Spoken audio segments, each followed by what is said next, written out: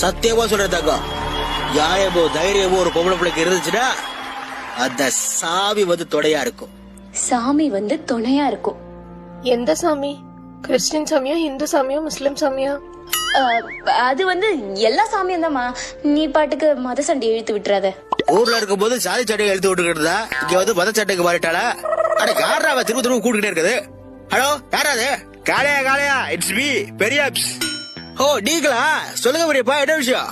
அது ஒண்ணும் இல்ல காளையா, ஒரு சந்தோஷமான செய்தி. நம்ம அசோக் இருக்கால, அழகான ஒரு பேட்டி ஃப்ரிட்ஜ் வாங்கிட்டு வந்திருக்காப்பா.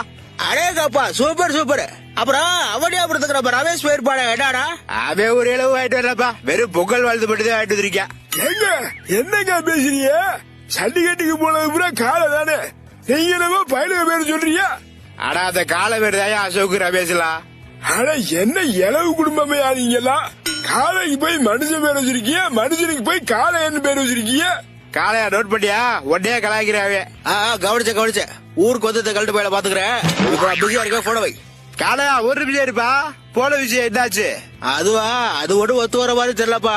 அதே காளையா, ஒத்து வந்தா பாரு, ஒத்து வரலையா அந்த பையல போட்டு சொல்லிட்டு நம்ம பிள்ளைய கூட்டியா.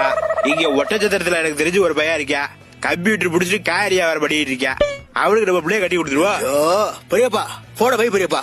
அது ஒத்து வரலையா, பொள்ளாச்சியில ஒரு பையன் இருக்கா, வக்கீலுக்கு படிச்சுட்டு வைக்க போறியா அவர் பண்ணிட்டு இருக்கா.